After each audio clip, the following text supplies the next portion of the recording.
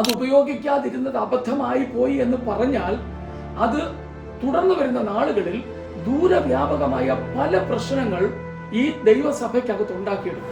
അത് വരാതിരിക്കാൻ വേണ്ടിയാണ് പിതാക്കന്മാർ ഒരു ബൗണ്ടറി ഇട്ട് വെച്ചത്.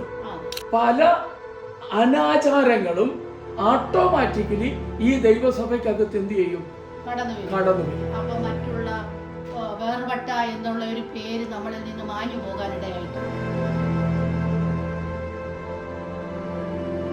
ജോയ്സ് ടിവിയുടെ ക്രിസ്ത്യൻ ടോക്ക് എന്ന ഈ പ്രോഗ്രാമിലേക്ക് എല്ലാ പ്രിയപ്പെട്ടവരെയും ഞങ്ങൾ സ്വാഗതം ചെയ്യുന്നു. പ്രിയപ്പെട്ടവരെ, കഴിഞ്ഞ 2-3 ദിവസങ്ങളായി യൂട്യൂബിൽ ഒരു ട്രെൻഡിങ് ആയ സബ്ജക്റ്റ് നിങ്ങളൊക്കെ ശ്രദ്ധിച്ചു കാണുമല്ലോ. കർത്താവിന്റെ ദാസൻ പാസ്റ്റർ KC ജോൺ അവറുകൾ ആഭരണം എന്നുള്ള വിഷയം ബൈബിളിന് വിരോധമല്ല എന്നുള്ളതായ ഒരു സംസാരം, ഒരു ഇന്റർവ്യൂവിൽ നമ്മളൊക്കെ കേട്ടല്ലോ. അതിനെക്കുറിച്ച് എന്തെങ്കിലും ഒന്ന് സംസാരിക്കണോ വേണ്ടേ എന്നുള്ളത് ഒരു പോളിട്ട് ഞങ്ങൾ ചോദിച്ചപ്പോൾ 70% ആൾക്കാർ അതിനെക്കുറിച്ച് സംസാരിക്കണമെന്ന് പറഞ്ഞു. അപ്പോൾ ആ ഒരു വിഷയത്തെക്കുറിച്ച് ദൈവത്തിൻ്റെ വചനത്തെ ആസ്പദമാക്കി ഇന്ന് അല്പകാര്യങ്ങൾ സംസാരിക്കാനാണ് ഞങ്ങൾ ഇന്ന് ആയിരിക്കുന്നത്. നിങ്ങളിത് വളരെ ശ്രദ്ധയോടുകൂടെ കേൾക്കുക. നിങ്ങളുടെ കമൻറ്റും നിർദ്ദേശങ്ങളും നിങ്ങളുടെ അഭിപ്രായങ്ങളും ഒക്കെ നിങ്ങൾക്ക് കമൻറ്റ് ബോക്സിൽ രേഖപ്പെടുത്താവുന്നതാണ്. നിങ്ങളെ ഒരു പ്രാവശ്യം കൂടെ ഈ പ്രോഗ്രാമിലേക്ക് ഞങ്ങൾ സ്വാഗതം ചെയ്യും. പാസ്റ്റർ KC ജോൺ തൻ്റെ ഒരു ഇൻ്റർവ്യൂവിൽ പറയുകയുണ്ടായി, ആഭരണ വിരോധം ബൈബിൾ ഉപദേശം അല്ല എന്ന്. അപ്പം അതിനെക്കുറിച്ച് എന്താണ് പറയാനുള്ളത്? പാസ്റ്റർ KC ജോൺ എന്ന് പറയുന്നത് IPCയുടെ ഒരു ഉയർന്ന പോസ്റ്റിലിരിക്കുന്നൊരു ദേവദാസനാണല്ലോ. അപ്പോൾ ആ ദേവദാസനത് കുറിച്ച് പറഞ്ഞപ്പോൾ നമ്മൾ IPCക്കാരാണല്ലോ. അപ്പം നമുക്ക് എന്താണ് അതിനെക്കുറിച്ചുള്ള ഒരു അഭിപ്രായം? ദൈവവചനപ്രകാരം നമ്മളൊന്ന് ചിന്തിച്ചാൽ എന്താണ്? നമ്മൾ ദൈവവചനപ്രകാരം KC ജോൺ പാസ്റ്റർ പറഞ്ഞത് ആ സ്റ്റേറ്റ്മെന്റിനെ നമ്മൾ പരിശോധിച്ചാൽ, ഒന്ന്, അദ്ദേഹം ആ സ്റ്റേറ്റ്മെന്റ് ആക്ച്വലി പറയാൻ പാടില്ലാത്തതായ ഒരു സ്റ്റേറ്റ്മെന്റാണ് അദ്ദേഹം പറഞ്ഞത്. കാരണം നമ്മൾ വേദപുസ്തകവും പെന്തക്കോസിന്റെ ആദ്യകാല ചരിത്രവും പഠനവും ഒക്കെ വെച്ച് നോക്കിക്കഴിഞ്ഞാൽ പെന്തക്കോസിന്റെ ആദ്യകാലം മുതലൊക്കെ ഈ ആഭരണം ദൈവസഭയ്ക്കകത്ത് നമ്മുടെ പിതാക്കന്മാർ അലോഡ് അത് അനുവദിച്ചിരുന്നില്ല. അത് പിതാക്കന്മാർ അത് അനുവദിക്കാഞ്ഞത് എന്താന്ന് ചോദിച്ചാൽ, വേദപുസ്തകത്തിലെ ചില വാക്യങ്ങളുടെ ബേസിക്കിലും ദൈവസഭയ്ക്കകത്ത് ഒരു ഒരു ഏറ്റക്കുറച്ചിൽ ഉണ്ടാകാതിരിക്കാൻ, ചെറിയവനും വലിയവനും എന്നുള്ളൊരു ഏറ്റക്കുറച്ചിലൊക്കെ ഉണ്ടാകാതിരിക്കാനും അവരിൽ വ്യാപരിച്ച പരിശുദ്ധാത്മാവിന്റെ കാഴ്ചപ്പാടിനാലാണ് അങ്ങനെ ഒരു കാര്യം പിതാക്കന്മാര് ആദിമ കാലഘട്ടം മുതലേ ദൈവസഭയ്ക്കകത്ത് കൊണ്ടുവന്നത്. സ്വർണം ഉപയോഗിക്കരുതെന്ന്. വേദപുസ്തക ബേസിക്കിലാണെന്നുണ്ടെങ്കിൽ നമ്മൾ വിശുദ്ധ തിരുവെഴുത്തിന്റെ ആദ്യോടൊന്നും പരിശോധിച്ചാൽ പഴയ നിയമ പുസ്തകത്തിലും ആഭരണം ധരിക്കാൻ പറഞ്ഞിട്ടുണ്ട്, ധരിച്ചവരുമുണ്ട്. എന്നാൽ ചില പ്രത്യേക സാഹചര്യങ്ങളിൽ അതിനെ ഊരി മാറ്റാനായിട്ടും യഹോവയായ ദൈവം എന്ത് ചെയ്തിട്ടുണ്ട്? ആവശ്യപ്പെട്ടിട്ടുണ്ട്. എന്നാൽ ചില സാഹചര്യങ്ങൾ അത് ഉപയോഗിക്കരുത്, അത് ഊരി മാറ്റണം എന്ന് പറഞ്ഞത് എന്താന്ന് ചോദിച്ചാൽ, അവരുപയോഗിച്ച ആ സ്വർണ്ണാഭരണങ്ങൾ കൊണ്ട് തന്നെ അവരെ വിടുവിച്ച ദൈവത്തിന് സമനായ ഒരു കാളക്കുട്ടി അവരെന്ത് ചെയ്തു? വാർത്തുണ്ടാക്കി ആരാധിച്ചപ്പോൾ പിന്നെയും അതിലേക്ക് ചാഞ്ഞു പോകാതിരിക്കുവാനായിട്ട് അത് ഊരി മാറ്റാനായിട്ട് യഹോവയായ ദൈവം എന്ത് ചെയ്യാണ്?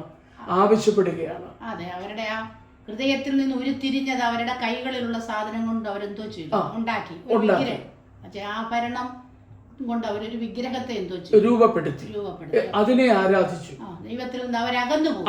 അപ്പൊ ഈ ആഭരണം മനുഷ്യനെ ദൈവത്തിൽ നിന്ന് അകറ്റുകയാണെന്നുള്ള ഒരു കാഴ്ചപ്പാട് നമ്മുടെ പിതാക്കന്മാർക്ക് അങ്ങനെ ഒരു കാഴ്ചപ്പാടുണ്ടായി. എന്താണെന്ന് ചോദിച്ചാൽ, ഈ ആഭരണ ഭ്രമം ഉണ്ടായാൽ അവര് ദൈവത്തെക്കാൾ കൂടുതൽ ആഭരണത്തെ സ്നേഹിച്ചിട്ട് ദൈവത്തിൽ നിന്ന് അകന്നു പോകുന്ന വേദഭാഗങ്ങൾ പിതാക്കന്മാരുടെ ശ്രദ്ധയിൽപ്പെടുകയും അവരത് പരിശുദ്ധാത്മാവിനാൽ പഠിക്കുകയും ചെയ്ത് കഴിഞ്ഞിട്ടാണ് ജനത്തിന് ദൈവസഭ കൂടി വരുന്ന ജനത്തിന് ദൈവസഭയ്ക്കുള്ളിൽ ഒരു ബൗണ്ടറി അവരെന്ത് ചെയ്തു? വെച്ചു. ആ ബൗണ്ടറി എന്താ ചോദിച്ചാൽ, ദൈവസഭയ്ക്കകത്ത് കടന്നു വരുന്നവർ സ്വർണ്ണാഭരണങ്ങൾ ഉപയോഗിക്കാൻ പാടില്ല. കാരണം എന്താണെന്ന് ചോദിച്ചാൽ അവർ പിന്നത്തേതിൽ എന്താ പറയുന്നത്, ആ പഴയ അനുഭവത്തിലേക്ക് മടങ്ങിപ്പോകാതിരിക്കാൻ വേണ്ടിയാണ് അവരങ്ങനെ ഒരു കാര്യം ചെയ്തു വെച്ചത് ദൈവസഭയ്ക്കകത്ത്. അതെ, പല ബാക്ക്ഗ്രൗണ്ടിൽ നിന്ന് വരുന്ന ആളുകളാണല്ലോ ദൈവസഭ രക്ഷിക്കപ്പെട്ടു വരുന്നത്. അപ്പം അവരുടെ ആ ബാക്ക്ഗ്രൗണ്ടിലേക്ക് ഈ ആഭരണങ്ങളെ വെച്ചിട്ട് അവര് തിരിച്ചെന്തോ ചെയ്യും, പോകും എന്നുള്ള ഒരു ഇതുകൊണ്ടായിരിക്കാം എന്തോ ചെയ്തത്. അതെ, അവര് അങ്ങനെ ഒരു ബൗണ്ടറി വെച്ചത്. വെച്ചത് അപ്പോൾ തന്നെ പഴയ നിയമ പുസ്തകങ്ങളുടെ പല ഭാഗങ്ങളും നമ്മൾ പഠിച്ചു കഴിഞ്ഞാൽ ഈ സ്വർണം ധാരാളമായി ഉപയോഗിച്ചവരുമുണ്ട്. അബ്രഹാം, അതൊക്കെ സമ്പത്തായിട്ട് അവരൊക്കെ സമ്പത്തായിട്ടാണ് ഇതിനെ നമുക്ക് കാണുവാനായിട്ട് കഴിയുന്നത്. ഒക്കെ ദാവീദ് ഒരു രാജാവായിരുന്നു, ദാവീദിന്റെ ഒക്കെ പക്കൽ ഇഷ്ടം പോലെ സമ്പത്ത്, സ്വർണത്തിന്റെ സമ്പത്ത് വളരെ ധാരാളം ഉണ്ടായിരുന്നു. പക്ഷേ ദാവീദിനെ പറ്റി ഈ ഇയ്യോബിനെ കുറിച്ചും ദാവീദിനെ കുറിച്ചൊക്കെ പഠിച്ചു കഴിഞ്ഞാൽ അവരുടെ സമ്പത്തിൽ അവർ വലിയ പ്രാധാന്യം കൊടുത്തൊന്നുമില്ല. അതൊരു ശരി. ഇയ്യോബിനെ കുറിച്ച് ദൈവം പറയുന്ന അവനെ പോലെ നീതിമാനും ഭക്തനും ദോഷം വിട്ട് അകലുന്നവനും വേറെ എന്തോ ആരുമില്ലെന്ന്. അല്ലല്ല, ഇയ്യോബിന് ഇത്രയും സമ്പൽ സമൃദ്ധി നിൽക്കുമ്പോഴാണ് യഹോവയായ ദൈവം ഇയ്യോബിനെ കുറിച്ച് ഈ സാക്ഷ്യം പറയുന്നത്. നിഷ്കളങ്കനും നേരുള്ളവനും ദോഷം വിട്ട് അകലുന്നവനെന്നാണ് യഹോവയായ ദൈവം ഇയ്യോബിനെ കുറിച്ച് സാക്ഷ്യം പറയുന്നത്. ദാവീദിനെ കുറിച്ച് യഹോവയായ ദൈവം സാക്ഷ്യം പറയുന്നത് അവൻ എൻ്റെ ഹൃദയ നിർണയപ്രകാരമുള്ളവനെന്നാണ് പറയുന്നത്. അപ്പോൾ ഇത്രയും സമ്പന്നതയുടെ, അതായത് പൊന്നിന്റെ പരമകോടി, സമ്പന്നതയുടെ പരമകോടി നിൽക്കുമ്പോഴും അവര് അതിലൊന്നും അല്ലായിരുന്നു അവരുടെ ശ്രദ്ധ ഞങ്ങൾ കേവലം ഒന്നുമില്ല, ഞങ്ങൾ വെറും പൂഴിയാണെന്നുള്ളതായ ഒരു കാഴ്ചപ്പാടായിരുന്നു അവർക്കുണ്ടായിരുന്നത്. പക്ഷെ ഇന്നത്തെ കാലഘട്ടത്തിൽ വിശ്വാസികൾ ഇങ്ങോട്ട് വന്നു കഴിഞ്ഞാൽ അവർക്ക് ആ ഒരു ചിന്ത വരണമെന്നില്ല. അതെ, ദാവീദിനെ കുറിച്ച് പഠിച്ചാൽ ദാവീദ് ആരാധനയ്ക്കായി കടന്നു വന്നപ്പോൾ പഞ്ഞിനൂൽ കൊണ്ടാണ് അങ്കി ധരിച്ചാണ് എന്തോ ചെയ്തത്.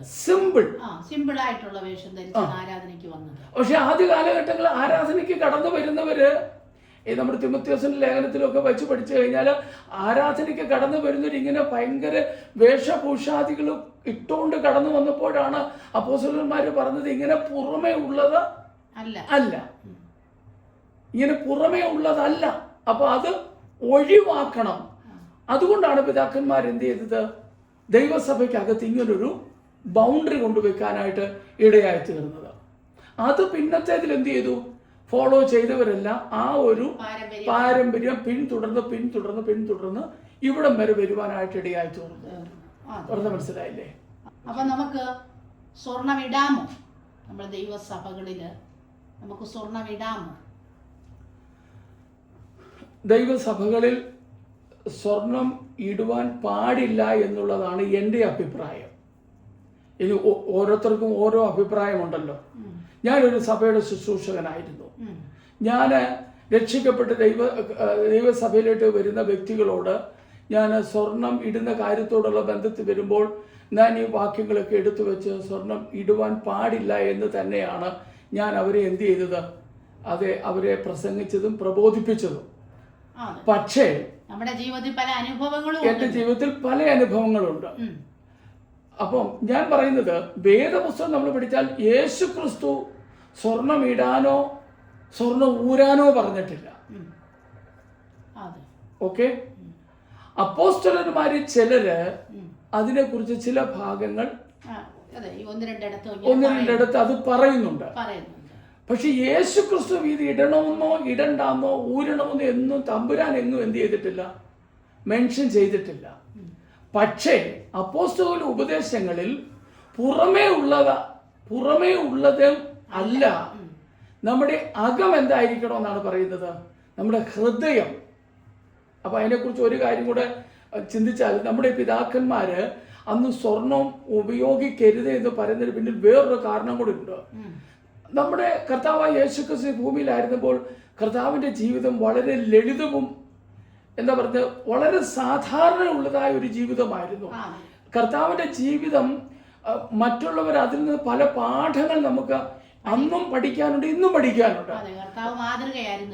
ഒരു മാതൃകാ ജീവിതം, ഒരു വിശുദ്ധിയിലുള്ള ജീവിതം, ഒരു ലളിത ജീവിതമൊക്കെയാണ് കർത്താവ് ആഗ്രഹിച്ചതും നമ്മുടെ പിതാക്കന്മാർ ആഗ്രഹിച്ചതും. അപ്പോസ്തലന്മാരും അങ്ങനെ തന്നെയാണ് ചെയ്തത്. അതുകൊണ്ടാണല്ലോ ഇവിടെ പറയുന്നത്, പൊന്നണിയും വിലയേറിയ വസ്ത്രങ്ങൾ വിലയേറിയ വസ്ത്രങ്ങളും എന്ത് ചെയ്യണം? ഉപേക്ഷിക്കണം. വസ്ത്രം ധരിക്കണം, പക്ഷെ വിലയേറിയ വസ്ത്രങ്ങൾ, ഒരുപാട്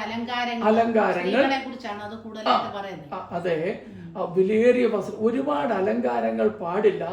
സർവ്വസാധാരണമായിട്ടുള്ള രീതിയിൽ സാമാന്യ ജീവിതം ഒരു ദൈവ പൈതൽ നയിക്കണമെന്നാണ് കർത്താവും നമ്മുടെ ആദിമ പിതാക്കന്മാരും ദൈവവചനവും നമ്മളോട് എന്ത് ചെയ്യുന്നത്, പറയുന്നത്. അപ്പം എന്നോട് ചോദിച്ച ക്വസ്റ്റ്യൻ, സ്വർണം ഇടുന്നതിനെ ഇടാമോ? എൻ്റെ അഭിപ്രായത്തിൽ സ്വർണം ഇടുവാൻ പാടില്ല. കാരണം നമ്മൾ പിന്തുടർന്ന് വന്നതായ ഒരു കൾച്ചറുണ്ട് നമുക്ക്. ദൈവവചനം നമ്മൾ പിൻപറ്റിയ ഒരു ഡോക്ടറിനുണ്ട്.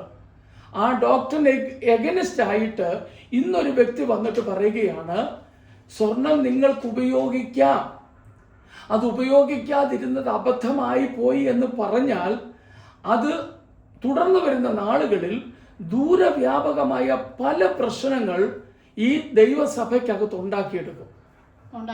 അതെ, സ്വർണത്തോട് കൂടെ മറ്റു പല കാര്യങ്ങളും സഭയ്ക്കകത്ത് ഇൻവോൾവ് ആകും. കാരണം എന്താണെന്ന് ചോദിച്ചാല് അത് വരാതിരിക്കാൻ വേണ്ടിയാണ് പിതാക്കന്മാർ ഒരു ബൗണ്ടറി ഇട്ട് വെച്ചത്. അവര് വ്യാപരിച്ച പരിശുദ്ധാത്മ അവർക്കൊരു വിവേകം കൊടുത്തു.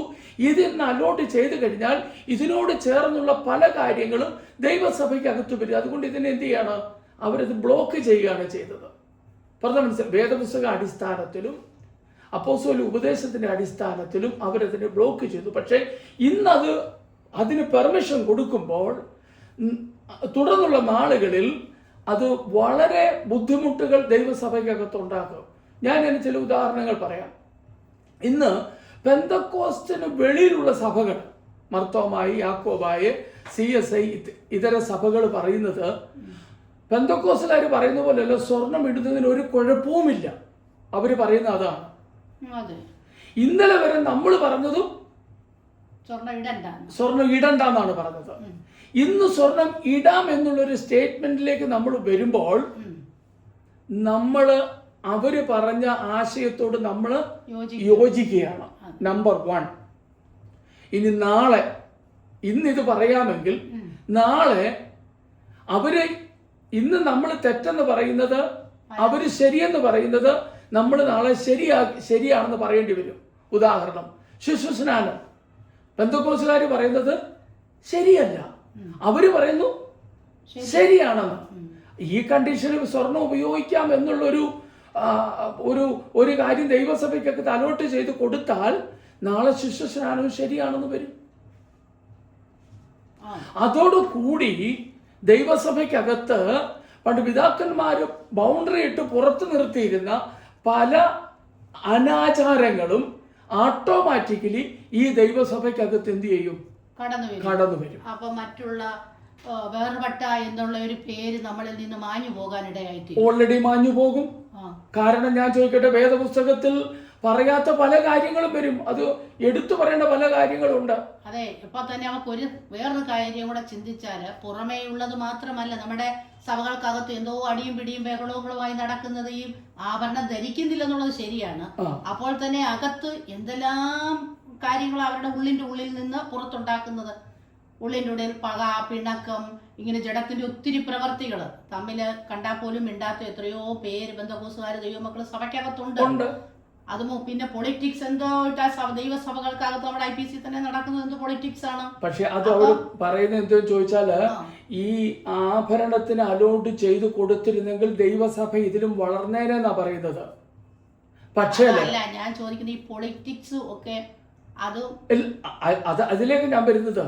പക്ഷെ ദൈവസഭ ഇന്നും വേണ്ട രീതിയിൽ വളരാതിരിക്കുന്നതിന്റെ കാരണം എന്താണെന്ന് മനസ്സിലാക്കുന്നില്ല. ഈ ദൈവസഭയ്ക്കകത്ത് നടക്കുന്ന പല പ്രശ്നങ്ങൾ കൊണ്ടാണ് ദൈവസഭ ദേശത്ത് വളരാത്തത്. അതെ, സ്വഭാവം കൊണ്ട് മനുഷ്യരെ അകത്തുനിന്ന് പുറപ്പെടുന്ന പല അഴുക്ക് കാര്യങ്ങൾ കൊണ്ടാണ് സഭ വളരാത്തത്. അല്ലാതെ ആഭരണം മുഖാന്തരമല്ല, ആഭരണം പിന്നെ അലൗഡ് ചെയ്യാത്തത് കൊണ്ടല്ല. അല്ല, ദൈവസ്നേഹവും ആത്മീകമാകുന്ന ഫലങ്ങളും എല്ലാ ദൈവമക്കളിൽ നിന്ന് പുറപ്പെട്ടു കഴിഞ്ഞാൽ തീർച്ചയായിട്ടും ദൈവസഭ എന്തോ ചെയ്യും? അതിനെക്കുറിച്ച് നമ്മൾ പഠിച്ചു കഴിഞ്ഞാല് ഇന്ന് ആത്മീക സഭകൾക്കകത്ത് നടക്കുന്ന, അത് നമ്മൾ അത്രയും ഇറങ്ങി പറഞ്ഞത് ശരിയല്ല, നടക്കുന്നതായ ചില കാര്യങ്ങൾ കൊണ്ടാണ് ദൈവസഭ വേണ്ട വിധത്തിൽ ഇന്നും വളരാത്തത്. അതിന് നമ്മൾ ന്യൂ ജനറേഷൻ സഭകളെ കുറ്റം പറഞ്ഞിട്ട് കാര്യമില്ല. നമ്മുടെ ദൈവസഭകൾക്കകത്ത് നടക്കുന്ന കാര്യങ്ങൾ കൊണ്ടാണ് ഈ ന്യൂ ജനറേഷൻ സഭകൾ ഇത്രയും പൊങ്ങുവാനും വളരുവാനും കാരണമായി തീർന്നത്. പറഞ്ഞ മനസ്സിലായില്ലേ? അപ്പോൾ നമ്മൾ മനസ്സിലാക്കേണ്ട കാര്യം, ഇങ്ങനെയുള്ള കാര്യങ്ങൾ നമ്മൾ ഒന്നൊന്നായി ദൈവസഭയ്ക്കകത്ത് അലോട്ട് ചെയ്ത് കൊടുത്താൽ നാളെ ദൈവസഭയ്ക്കകത്ത് നമുക്ക് പരിഹരിക്കാൻ പറ്റാത്ത നിലയിലുള്ളതായ പ്രശ്നങ്ങൾ രൂപപ്പെടും. അതെ, ആദ്യമേ ആഭരണം കൊണ്ടുണ്ട്. ആഭരണം ധരിക്കുന്നത് തന്നെ നമ്മുടെ ശരീരത്തെ അലങ്കരിക്കാനും തന്നെയാണല്ലോ, നമ്മുടെ ശരീരത്തിന് ഭംഗി വർദ്ധിപ്പിക്കാനും ഒക്കെ തന്നെയാണ്. അതൊരു ലക്ഷ്യമാണ് മനുഷ്യന്റെ. സ്ത്രീകൾക്ക് ആഭരണം ധരിക്കുന്നതിന് പല ഉദ്ദേശങ്ങളുണ്ട്. പിന്നെ നമ്മുടെ ശരീരത്തിന് ഭംഗി വർദ്ധിപ്പിക്കുക, മറ്റുള്ളവരെ അട്രാക്ഷൻ ചെയ്യുക, അല്ലെങ്കിൽ നമുക്ക് തന്നെത്താൻ ഇങ്ങനെ ഒരുങ്ങി നടക്കുക. പിന്നെ ചിലയിടത്ത് മാത്രമേ ഉള്ളൂ സാംസ്കാരികമായിട്ട് കൾച്ചറലായിട്ടുള്ള കാര്യങ്ങളുള്ളത്. അപ്പൊ അതൊക്കെ പിന്നെ നമ്മുടെ സഭകളിൽ എന്തോ ചെയ്യുക, ഉണ്ടായിയെടുക്കും. നമ്മുടെ സ്വയത്തെ പ്രകടിപ്പിക്കാൻ എന്തോ ചെയ്യും, അവിടെ ഇതുണ്ടാകും. പക്ഷെ ദൈവവചനം നമ്മുടെ സ്വയത്തെ എന്തോ അല്ല പൊക്കി കാണിക്കാനോ പ്രകടിപ്പിക്കാനോ ഒന്നും അല്ല ദൈവവചനം ആഗ്രഹിക്കുന്നത്. നമ്മുടെ അകത്തുള്ള എന്തോ ദൈവവചനം നമ്മെ കുറിച്ച് ആഗ്രഹിക്കുന്ന ഒന്ന്, റോമലേഖനത്തിൽ അപ്പോസ്തലൻ പൗലോസ് പറയുന്നു, നിങ്ങൾ ഈ ലോകത്തിന് അനുരൂപം ആകരുത്. ലോകത്തിന് അനുരൂപമാകരുതെന്ന് പറഞ്ഞാൽ ലോകത്തോട് ചേർന്ന് നിങ്ങൾ പോകരുത്. ദൈവം കർത്താവ് തന്നെ പറഞ്ഞിരിക്കുന്നു, നിങ്ങൾ ലോകക്കാരല്ലായതുകൊണ്ട് ലോകം നിങ്ങളെ എന്ത് ചെയ്യുകയാണ്? പകയ്ക്കുകയാണ്. നമ്മൾ ലോകക്കാരല്ല. ഇത് പെർമിഷൻ കൊടുത്തു കഴിഞ്ഞാൽ, നമ്മൾ ഇത് ഇട്ടുകൊണ്ട് പോകാൻ തുടങ്ങിക്കഴിഞ്ഞാൽ നമ്മൾ ലോകക്കാരാകുകയാണ്. നമ്മൾ ഈ ലോകത്തോട് അനുരൂപമാകുകയാണ്. ഇല്ല, നമ്മൾ അവരോട് ചേർന്ന് കഴിഞ്ഞു. നാളെ മറ്റു പല കാര്യങ്ങളും നമ്മുടെ ജീവിതത്തിലേക്ക് നമ്മുടെ പ്രവർത്തികൾ കൊണ്ടും നമുക്ക് മാറ്റമില്ല, നമ്മുടെ പുറം കൊണ്ട് നമുക്ക് ഒന്നും കൊണ്ടും എന്തോ ഇല്ല, ഒരു മാറ്റമില്ല. ദൈവവൈതൽ എന്ന് പറഞ്ഞാൽ അകവും പുറവും ഒരുപോലെ എന്തോ ആയിരിക്കണം, വിശുദ്ധമായിരിക്കണം, മാറണം. അകവും പുറവും വലിയൊരു ചേഞ്ച് ദൈവസഭകൾക്ക് എന്തോ ആവശ്യമാണ്. അപ്പം കെ.സി. ജോൺ പാസ്റ്റർ ആക്ച്വലി പറയേണ്ടത്, ദൈവസഭകൾക്കകത്ത് ഓരോ വിശ്വാസിയുടെയും ഹൃദയത്തിനകത്തൊരു മാറ്റം ഉണ്ടാകുക. ആ മാറ്റം എന്തോ ചെയ്യുക? പുറത്ത് ഉണ്ടാകുക. അതല്ലാതെ ആഭരണം മാറ്റിയത് കൊണ്ട് സഭ വളരുമെന്ന് ഒരിക്കലും നമുക്ക് എന്തോ ചെയ്യാം. അത് തന്നെയല്ല, നമ്മൾ ഈ പുതിയ നിയമത്തിലുള്ള 1-2 വാക്യങ്ങൾ നമ്മൾ പഠിച്ചാൽ, നമ്മുടെ അലങ്കാരം പൊന്നണിയുന്നതിലൊന്നും അല്ല. നമ്മുടെ അലങ്കാരം ആ രീതിയിലല്ല പോകേണ്ടത്. നമ്മുടെ അലങ്കാരം എന്ന് പറയുന്നത് ലജ്ജാശീലവും സൗമ്യതയും സാവധാനതയും എന്താണ്, ആ സ്പിരിച്വൽ ഫ്രൂട്ട്സിന്റെ ഫലങ്ങളാണ് എന്ത് ചെയ്യേണ്ടത്? നമ്മളിൽ ഉണ്ടാകേണ്ടത്, അകത്തും പുറത്തും. പറഞ്ഞ മനസ്സിലായില്ലേ? ആത്മാവിന്റെ ഫലങ്ങൾ നമ്മളിൽ ഉണ്ടാകണം. ആത്മാവിന്റെ ഫലങ്ങളാണ് നമ്മളിൽ ഉണ്ടാകേണ്ടത്. സ്നേഹം, സന്തോഷം, സമാധാനം, ഇതാണ് ഇതൊന്ന് ദൈവസഭകളിൽ നമുക്ക് കാണാൻ പറ്റുന്നുണ്ടോ? ഇല്ല. യേശുക്രിസ്തുവിന്റെ സ്വഭാവങ്ങളും ഇല്ല, ആത്മാവിന്റെ ഫലങ്ങളും വളരെ കുറവാണ്. അതിനു പകരം അതിന് തൊട്ടുമെളി പറഞ്ഞ ജഡത്തിന്റെ പ്രവൃത്തികളാണ് നമുക്ക് കാണാൻ കഴിയുന്നത്, സഭയ്ക്കകത്ത് കാണാൻ കഴിയുന്നത്. അവരെ കുറിച്ച് പറഞ്ഞ് അവസാനിപ്പിക്കുന്നത് എന്തുവാ? ഈ വക പ്രവർത്തിക്കുന്ന ദൈവരാജ്യം അവകാശമാക്കുകയില്ലെന്നാണ് പറയുന്നത്. ഈ വക പ്രവർത്തിക്കുന്ന ദൈവരാജ്യം അത് വളരെ ജഡത്തിന്റെ പ്രവൃത്തികളുണ്ട് അവിടെ. പക, പിണക്കം, ക്രോധം, ജാനശങ്ക, ഇങ്ങനെ പല കാര്യങ്ങൾ അവിടെ ദൈവാത്മാവ് പ്രസ്താവിക്കുന്നുണ്ട്. അപ്പോൾ ഒരു ദൈവ വൈതലിൽ ഉണ്ടാകേണ്ടതായ കാര്യങ്ങൾ, നമ്മളിൽ അലങ്കരിക്കേണ്ടതായ എന്താണ് എന്ന് ചോദിച്ചാൽ ആത്മാവിന്റെ ഫ്രൂട്ട്സ് ആണ് നമ്മളിൽ ഉണ്ടാകേണ്ടത്. അതെ, ആത്മാവിന്റെ ഫലം ഉണ്ടാകുക, നീതി പ്രവർത്തികൾ ഉണ്ടാകുക, സൽപ്രവർത്തികൾ ഉണ്ടാകുക, ഇതൊക്കെയാണ് എന്തോ ഉണ്ടാകുന്നത്. ദൈവം നമ്മിൽ നിന്ന് ആഗ്രഹിക്കുന്നത്. അതുകൊണ്ടാണ് ഒരു ദൈവസഭയെ അങ്ങനെയാണ് എന്തോ ചെയ്യുന്നത്, അലങ്കരിക്കുന്നത്. ഓരോ ദൈവസഭ എങ്ങനെയാണ് അലങ്കരിക്കുന്നത്, ഓരോ വ്യക്തികളും തന്നെത്താൻ എങ്ങനെയാണ് അലങ്കരിക്കുന്നത്. ദൈവവചനം പറയുന്നത് അങ്ങനെയാണ്. നമ്മൾ അല്പകാര്യങ്ങൾ പറഞ്ഞു. അപ്പോൾ ഞാൻ ചോദിക്കുന്നത്, ഇനി അപ്പോൾ ഒരു വിജയകരമായ ക്രിസ്തീയ ജീവിതം നയിക്കുന്നതിന് നാം എന്ത് ചെയ്യണം? ഒരു ദൈവം ആഗ്രഹിക്കുന്ന നിലയിലുള്ളതായ ഒരു വിജയകരമായ ക്രിസ്തീയ ജീവിതം നമ്മൾ നയിക്കണമെങ്കിൽ ഫസ്റ്റ് അപ്പോൾ നമ്മൾ ചെയ്ത വേദപുസ്തകത്തിൻ്റെ ആദ്യ പാഠങ്ങൾ രക്ഷിക്കപ്പെടുക. ഒന്ന്, ദൈവവചനം കേട്ട് നാം രക്ഷിക്കപ്പെടുക. രക്ഷിക്കപ്പെടുക എന്ന് പറഞ്ഞാൽ ദൈവവചനത്തിൻ്റെ സത്യം നാം നമ്മുടെ കാതുകളിലൂടെ നമ്മുടെ ഹൃദയത്തിലേക്ക് എത്തിക്കഴിയുമ്പോൾ ഞാനൊരു പാപിയാണെന്നുള്ളൊരു ബോധം നമുക്ക് വരണം.